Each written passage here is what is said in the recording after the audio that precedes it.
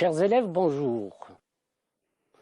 Après avoir vu la présence de l'auteur dans un texte de manière implicite, c'est-à-dire les indices d'objectivité et de subjectivité, la séance d'aujourd'hui va surtout porter sur une présence explicite de l'auteur, c'est-à-dire les pronoms personnels, les indices typographiques et l'opinion de l'auteur. Découvrons ensemble le texte sur lequel nous allons travailler. Le texte qui vous a été proposé, comme on le constate, commence par des guillemets. Ça veut dire c'est un discours. Le discours émane d'un auteur que vous avez en bas. Ces indices vont vous aider à répondre au questionnaire que nous avons préparé pour vous. Monsieur Bendine, bonjour. Bonjour. Quel est le questionnaire que vous avez choisi pour ce texte? Alors, la séance d'aujourd'hui comporte 6 activités. La première activité porte sur la nature du document, sur la date et le lieu. Découvrons ensemble cette activité.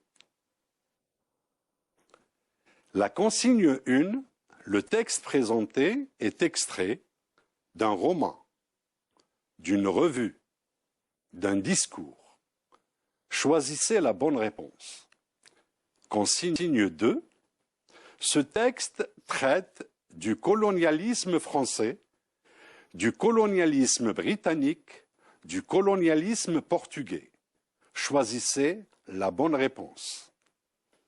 Consigne 3, ce document est-il récent? Justifiez votre réponse. Monsieur Saïdi, quels sont les éléments dans le texte qui permettent de trouver la réponse? Les éléments qui permettent de trouver la réponse sont en nombre de 3. Découvrons-les à partir du texte. Comme vous venez de le constater, il y a un titre, Impérialisme britannique. Nous avons les guillemets. Nous avons un jeu. Nous avons la référence discours de Joseph Chamberlain, membre au ministre des colonies en 1895. Tous ces éléments-là nous permettent de répondre à cette première activité. Monsieur Bendine, quelle réponse avez-vous choisie? Alors, les réponses pour cette activité sont un extrait de discours, traite du colonialisme britannique et enfin, non, il date de 1895. En vous servant de ces réponses, rédigez une petite synthèse. Monsieur Saïdi, quelle synthèse pouvons-nous proposer? En effet, les questions posées traitent du thème, de la nature du document et de l'ouvrage. Découvrons cette synthèse. Le texte intitulé « Impérialisme britannique » est un extrait du discours de Joseph Chamberlain, ministre des colonies en 1895, c'est-à-dire au XIXe siècle. Ce document traite du colonialisme britannique. Monsieur Bendine, sur quoi porte la seconde activité? Alors, la deuxième activité porte sur la présence de l'auteur et la conception de la nation britannique. Découvrons cette question. Consigne 1, l'auteur s'implique-t-il dans le texte? Relevez les indices qui le montrent. Consigne 2, à quoi compare-t-il la nation britannique? Consigne 3, dans les énoncés ci-dessous, indiquez les différents devoirs assignés à la nation britannique en choisissant la bonne réponse. A. La nation britannique a pour devoir d'émanciper les peuples sous sa domination. B. Elle a pour mission de laisser libres et indépendants les peuples. C. La paix et la sécurité ne peuvent être assurées que par la présence des Anglais. D. L'œuvre civilisatrice des Anglais est bienfaitrice. E. L'indépendance des peuples constitue le souci majeur des hommes d'État anglais au XIXe siècle. Et enfin F. La politique coloniale anglaise prône l'égalité des races. Monsieur Saïdi, quels sont les éléments de réponse dans le texte? La question posée permet, premièrement, de situer l'auteur, de définir le colonialisme, est-il différent du colonialisme français? Et enfin, de s'interroger sur ce que le colonialisme peut apporter à la nation colonisée. Découvrons le texte. Le texte affiché permet, donc avec des guillemets, permet de voir quel est l'auteur du texte. Nous avons un jeu. Je crois en cette race. Et je crois en l'avenir de cet empire. Une nation est comme un individu. Il définit la nation britannique comme un individu qui a des devoirs. Mais envers qui? Envers le colonisé. Il dit, pour assurer la paix, la sécurité, la richesse à tant de malheureux qui jamais auparavant ne connurent ses bienfaits.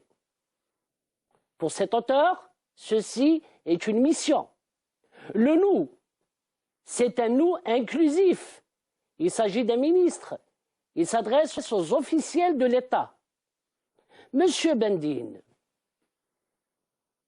ces informations contenues dans le texte peuvent être des éléments de réponse. Quelle est la réponse à cette activité? Alors, découvrons la réponse pour cette activité. L'auteur s'implique dans le texte.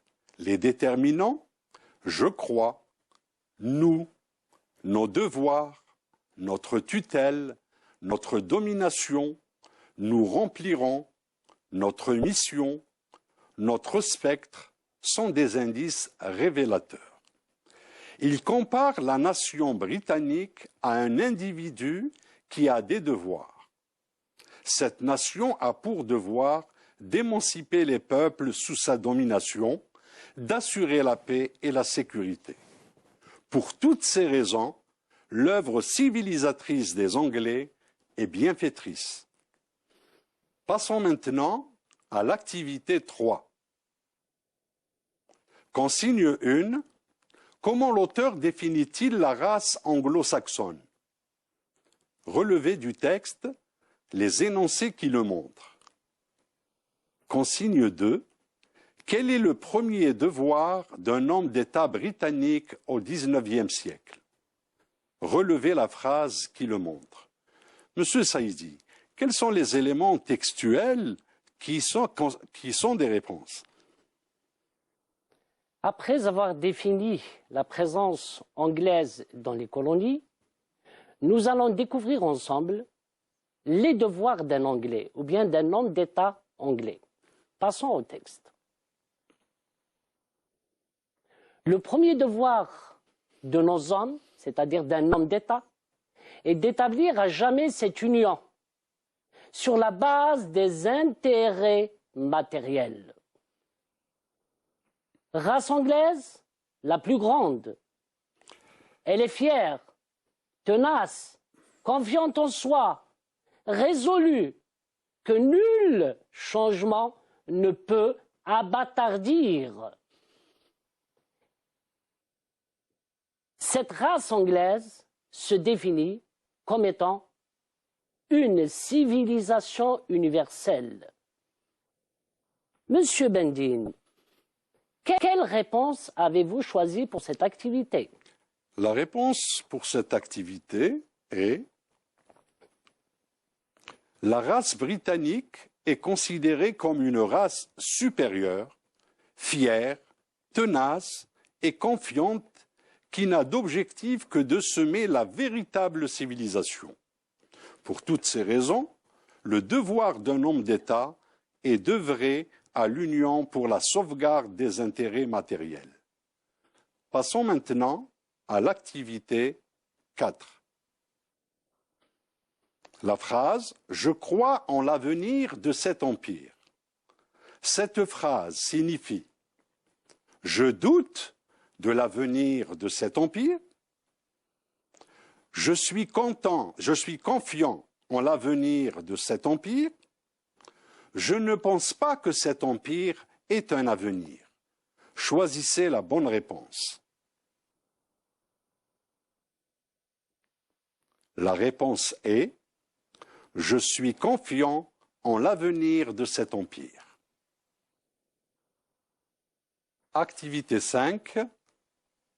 La consigne est « Complétez le passage suivant à l'aide des mots ci-dessous. Idéal, civilisation universelle, régner, devoir, paix, race britannique, instruction, œuvre civilisatrice, sécurité, obligation, coloniser, nation. Voici le texte.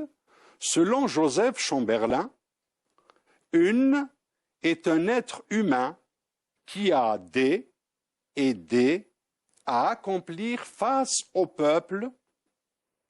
La domination n'est autre que la et L' des peuples soumis. Agir de la sorte, c'est accomplir la est une race adulte supérieure qui doit et être garante d'une. Le devoir de ses responsables est de mettre en pratique cette, prônant ainsi l'intérêt des peuples gouvernés. Découvrons maintenant le passage complété. Selon Joseph Chamberlain, une nation est un être humain qui a des devoirs et des obligations à accomplir face au peuple colonisé. La domination n'est autre que la paix, la sécurité et l'instruction des peuples soumis. Agir de la sorte, c'est accomplir une œuvre civilisatrice. La race britannique est une race adulte, supérieure, qui doit régner et être garante d'une civilisation universelle. Le devoir de ses responsables est de mettre en pratique cet idéal, prônant ainsi l'intérêt des peuples gouvernés. Monsieur Bendine, après avoir fait l'éloge du colonialisme anglais, selon, bien sûr, le ministre des colonies, sur quoi porte la dernière activité?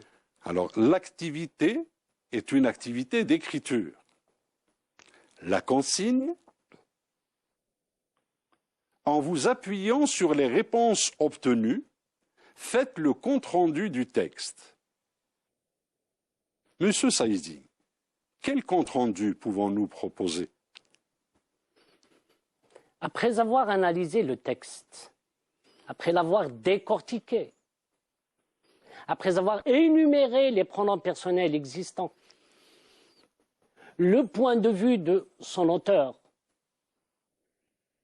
le questionnaire proposé prépare au compte-rendu.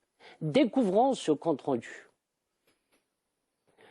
Le texte intitulé « L'impérialisme britannique » est un extrait du discours de Joseph Chamberlain, ministre des colonies en 1895. Ce document traite du colonialisme britannique. Joseph Chamberlain compare la nation britannique à un individu responsable et conscient qui a des devoirs et des obligations envers ses sujets, notamment les peuples colonisés.